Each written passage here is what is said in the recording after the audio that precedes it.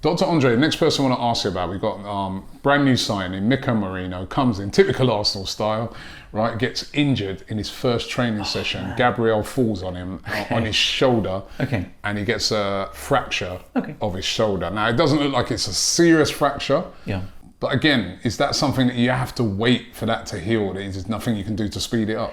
Yeah, I mean, fractures are always tricky to heal quickly.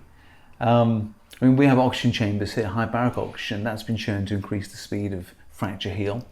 So they may well put them into a hyperbaric oxygen chamber. That means basically a chamber which is pressurized. Yeah, I saw that one in there, and then you just pump oxygen into it. And it's the same as like a 10-meter dive. It's that sort of pressure. Yeah. And that drives oxygen, not into the cells of your blood, but into the liquid of your blood.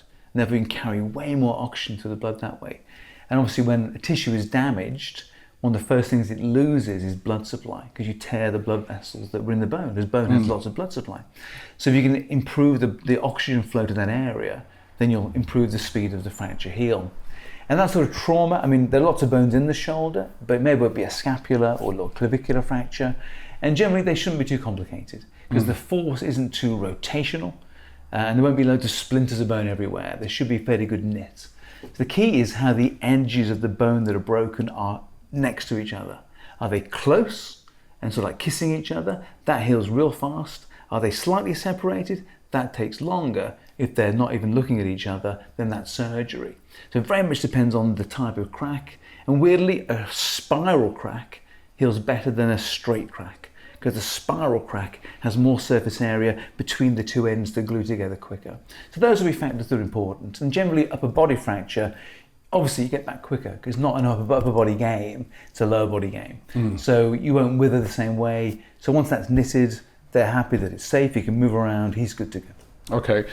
ACLs is a big one now, right? Yeah. Big one in football. We've seen in women's football, lots of women players, some of our players, like, when Vivian Miedema, when she was here, she suffered an ACL. I mean, with the men's game, Urian Timber, first game for Arsenal last season, out for the whole season with an ACL. Yeah. We heard, at the start of this week, Rodri of Manchester City, very important player for them, out looking like a whole season with an ACL injury. Why is it that an ACL keeps you out for so long? What is it with that injury? It's amazing. It's the dreaded injury, isn't it? It's amazing how few people know the answer. Beth Mead as well, another one who got that. Yeah. It's amazing how few people know the answer to that question. So this would be really great for all the viewers to have this in the pub. They know this now. They can tell us, why is the cruciate always a year out? Okay, whatever happens, always out for the season. If we just go back a step as to think about what the knee does, okay? The knee is a hinge, okay? It's designed just to really go back and forth, really, really simple. But we're asking it to do lots of other subtle movements it isn't truly quite designed for. But it needs to be stuck together like this, so whenever it bends, the bones don't go too far away from each other. Now, cruciate comes from the word like crucifix. It means cross. Okay, so deep down here between the bones, there's one going that way, ligament, joining bone to bone, and one this way. They make a cross, hence it's your cruciate ligaments. Okay, there's an anterior and a posterior. Now, obviously, when you bend the knee, you mustn't let the knee fall away, so they're held together by these cruciate ligaments. So when you tear one, when you turn, bend, rotate, and pop one, the knee loses all its stability. It's no longer usable as a knee because it's just not strong. So surgery is needed, okay? And the reason why it takes a year to get better from that surgery is because a ligament has been torn and now you must replace it with something else, and you use a tendon from the hamstring or the knee. Now, ligaments and tendons are different, okay? Tendon is elastic, ligament is rigid.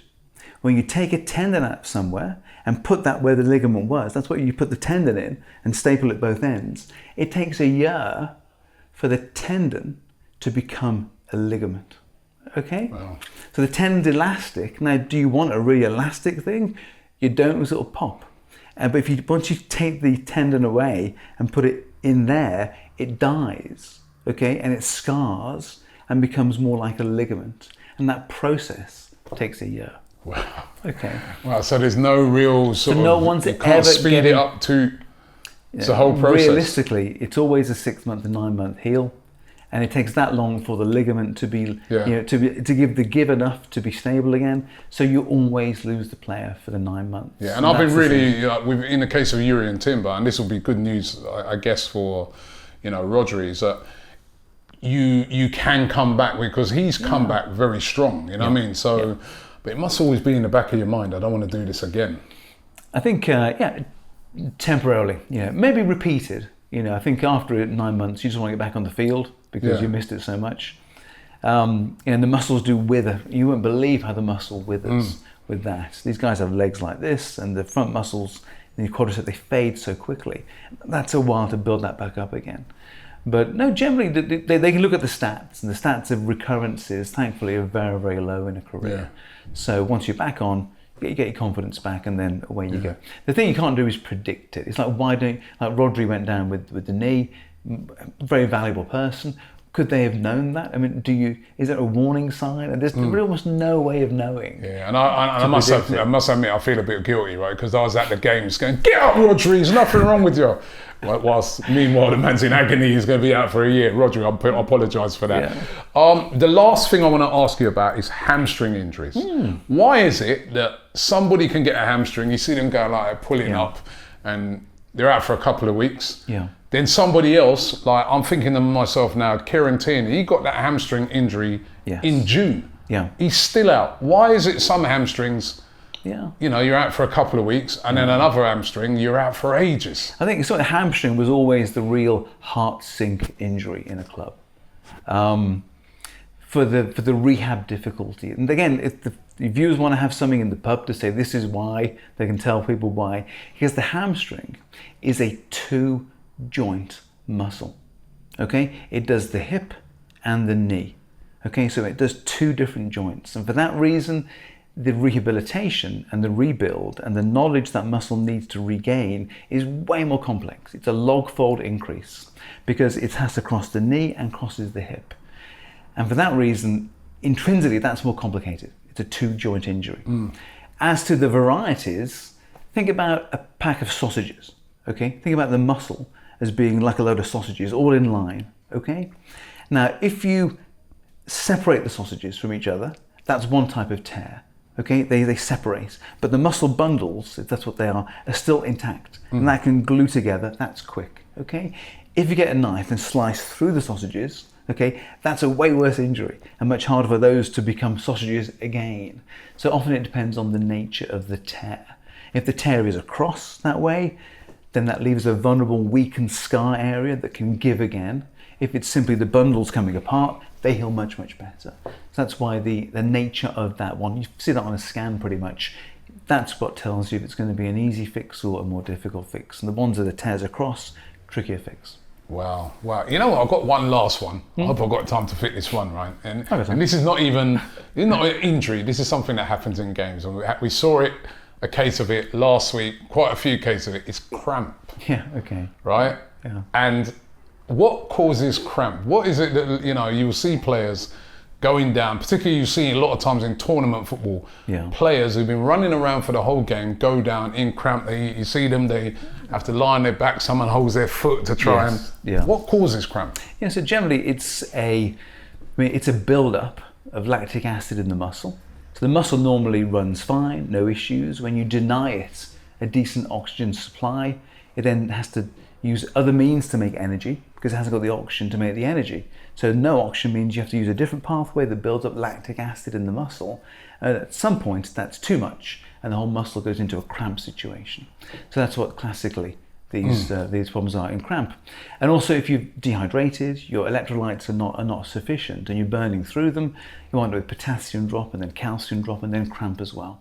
So it seems like you should avoid it in this sort of sport because football's tough, but it's not as tough as other sports in terms of intent long distance running or whatever. But the guys are designed for a certain sport and not designed necessarily to go 500 miles at a go. So they burn through the electrolytes in the game, they get stressed, they sweat a lot, and then it kicks in that way. So that's why we've got to keep hydrated as best you can. You see the guys walking on the sideline, spraying water in the mouths of people, during team talks and things. These little gels and all that. They try these things that way. Some players never get it. Players not so efficient, just metabolically not as efficient. They're more prone to this. And when the muscle goes into a cramp, it needs oxygen supply. You squeeze, increase the muscle stretch, more blood flow goes in, and then it sorts itself out. So why do they put their leg up like that? What does that do? Because they're trying to. The muscle's shortened. That's why it's so painful. The spasm is the muscle going like and contracting.